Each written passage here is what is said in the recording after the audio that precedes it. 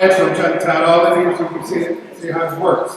About a month ago, I had the opportunity, or a month and a half ago, I had the opportunity to nominate Dr. Roberts to receive recognition by my fraternity, Kappa Alpha Psi Fraternity Incorporated, at our 69th Western Province Council meeting. But Dr. Roberts was one of 7 people being recognized. But his comments so moved the organization that we call the Silhouettes of the wives of members of Kappa Alpha Psi Fraternity, that they're now thinking of creating a service award for members of Kappa Alpha Psi who provide support and service to their wives.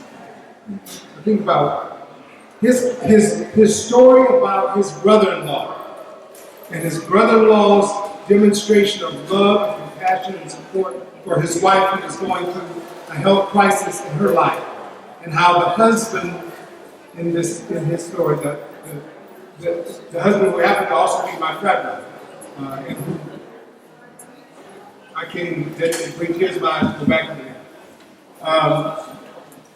But so inspired the wives to say that our husbands who are dedicated to us, who work with us, who serve and support us and nurture us, much like we saw Rosa Greer doing as we got introduced today, that they want to create an award. So I'm glad you're here to hear that because that was a decision made this week. So, Dr. Roberts, thank you for your work and work on behalf of the students in South Africa. All right. Keely Joseph, to be followed by Donna Graham, to be followed by Ben Owens, and actually you all can tell me if that's the right order. I'll let you do that. So Ken, come on. Now, let me say, don't go. Ken Joseph is the regional coordinator for the Los Angeles Homeless Services Authority, a regional body of stakeholders, as I understand it, working to address the homeless. Countywide. Oh, Steve, thank you.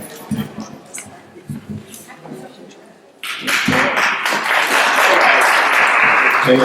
I'd like to first of all thank the commission here that assembled this ongoing discussion around homelessness, and also like to thank Brother Greer. He's not here right now, but I was sitting and I was listening to his story and some of the things that he was able to do with the population that we serve. It was very, very humbling to hear. I sit here and I think back, what am I doing? What am I really doing to make an impact? And hearing some of the things that he's been able to do, I can only hope that I can come close to that. But being a part of this discussion is very, very important because it not only raises awareness around homeless issues, but it also gives us an opportunity to be able to share the resources and familiarize ourselves with the different resources surrounding the population that we serve. LAHSA, as an agency, the Los Angeles Homeless Services Authority, has been providing services to homeless individuals on the streets for the past 20 years, over 20 years. And a part of LAHSA's mission to provide that service is to allocate funding to a number of different programs, a number of different service providers around the county of Los Angeles. And we heard Dashika talk earlier about the county and the city strategies that they've rolled out in planning and curtailing some of the homelessness on the streets. LAHSA's position is to take a portion of those city and county strategies and become the lead on those strategies to address the concerns of the city and the county and how they can help our homeless population on the streets. I really love being a part of this panel discussion, but a part of the discussion piece is turning that discussion into action. I think a lot of times we talk and we meet about things that we want to get done, and we don't come up with solutions. We talk more about the problems that we have instead of actually being a part of the solution. So a part of being a part of the solution is to familiarize yourselves with the different resources that we have, the different agencies that provide services to homeless individuals, men and women and children on the streets. And this forum is a great opportunity to do that. I'm looking around the room and I see a lot of people in here that I've worked with and I want to work with and develop relationships to do just that, to couple these resources together. Because so many of our men, women, and children, they fall through the cracks on the streets and in and out of the different services that they're seeking. And I think one of the key factors in that is the miseducation of resources on the streets. I like to tell my homeless individuals, I worked on LASA's ERT team for the past 8 years, working with individuals from the street level, getting them off the streets into some type of stable housing, and then to the different programs that they could work with to get back into housing. And one of the challenges that we faced is homeless individuals getting turned down and not knowing how to get the resources that they seek. And a lot of times our service providers aren't knowledgeable on the different resources. If one service provider can't help this individual, well, hey, I have another 2 or 3 agencies that I can call. I'll provide you the numbers. Here you are. And that's a part of our education. We have to educate ourselves, and it was very, very great to hear Mrs. Burton speak.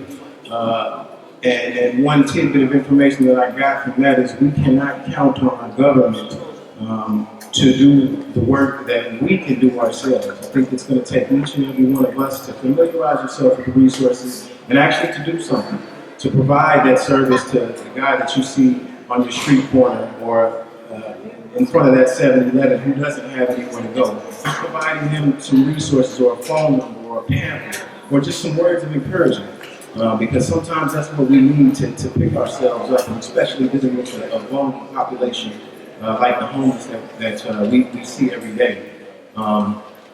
We're faced by a lot of trouble here on the streets within the society that we live in. I mean, our food supply is just depleted. It's non-nourishing. Our systems, our jail systems, and our educational systems for our children is just, I don't want to get too much into that, but we have to do something. It starts in the houses with the parents and bringing up your children, because any one of us can face homelessness. We can find ourselves in the same situations. So a part of what my job here at LASA is to do is to not only bring these services and work and collaborate with different agencies, but it's also to coordinate our homeless count. And the homeless count is it's a census count. It's a now annual census count that LASA puts on, where we count. We do what we call a point-in-time count, where we count individuals on a span of 3 nights. We get a count in different service planning areas on the amount of homeless individuals that we have on the streets. And the numbers are staggering for the SPA 6 and the SPA 4 regions of Los Angeles County. SPA 6 being the southern Los Angeles region right here in Los Angeles, 7,500 individuals homeless on the end of January in 2015 is what we counted here. And that's almost a fourth of the total number that we counted in LA County alone, with 44,000. So we're facing a big task here in addressing these homeless issues, but again, we can't count on our government to curtail some of these problems without us as a people to come together and help this effort. We have homeless individuals sleeping on the streets and the doors of City Hall, in downtown Los Angeles, Skid Row, and it's a shame. It's a real shame, and a lot of times the message does not get assimilated to the proper channels from the streets into the individuals we have sitting behind desks. It doesn't get up to the proper channel. So that's again why we need to be vocal, and we need to do what we can do to be a part of this. And one great way to do that is to be a part of the homeless count. Get out into your community and get these individuals counted that you see on your street corners and you see in front of some of your stores and that you see on your way to work in the morning. And just come together. It's really what it's about.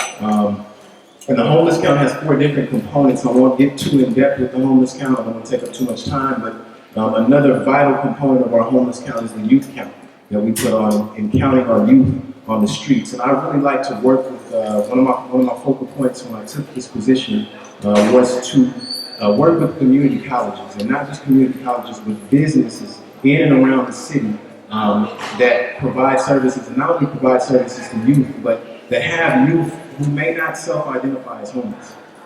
So that's very, very important, is seeking out the youth who find themselves in homeless situations in order to bring resources together, to help the students. And it was very, very important to hear the professor say how difficult and how challenging it is for our youth to be in a situation like homelessness and still have to come to school and come to class and maintain a certain level of professionality.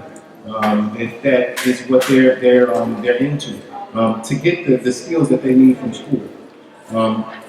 So I again like to thank the committee here, and I really want to work with each and every one of you in here to bring the resources together and not just talk about solutions, but be about solutions. This is an ongoing discussion, but let's turn that discussion into solution-based, concrete plans that we can have that will sustain us in curtailing homelessness on the streets. Thank you. Any questions? I participated in Homeless Council in Santa Monica for 3 years. And we see the problem getting more extensive. What does LAHSA and the other agencies do with the information that we gather from the Homeless Council? First year, we actually walked out in areas of Santa Monica and we saw people. The second year, I was team captain. We drove down some alleys and backs of people's houses, and we didn't see anyone. The third year, I helped to dismantle the training room. So, can you tell us what actually happens with the statistical counseling we provide in doing the homeless council and how we're helping to resolve the problem? Absolutely. The data that we collect from our homeless count is not just used to bring awareness to individuals within communities I'm sorry, it's not just for bringing awareness to community individuals, but it pushes funding. It drives funding that we need in order to provide services to our homeless men and women on the streets. That's a vital component of the data that we use. And now, as you can see in different spas, it's different in terms of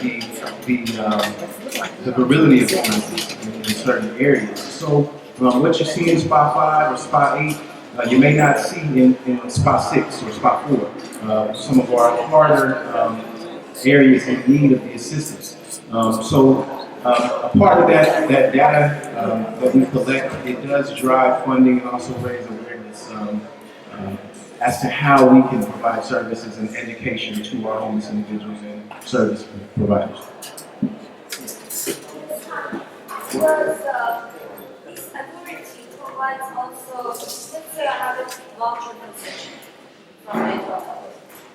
And I have a period of time, like they give me a month or 2 weeks until I have to, as a homeless person, I have to go find this place.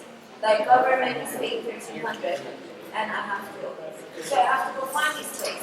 But I don't have any resources how to go about that. Like you said, to provide these resources. What are those resources? Yes, there are various resources around LA County who will help you if you don't have transportation in order to get around and look for housing. I know the Department of Mental Health, they're very instrumental with the population that they serve and helping them get to and from. There are different agencies like LAHSA who's able to provide transportation for our homeless men and women on the streets who can't find the transportation for themselves. And also, there are resources in the county for houses specifically. How do I find those places that they are positioning? Right. Well, there at the Department of Housing within the county, you can get a printout of all resources and all landlords that provide Section 8 to Section 8 individuals who want to get into housing. So there are resources you can look online. There are various resources that you can get, but the printout from the county, from the housing department, is very vital. We give it to our clients, and then they start there. They have to call, call the property owners to see if they'd be willing to set up an appointment to come and get them into housing for Section 8. Again, thank you very much.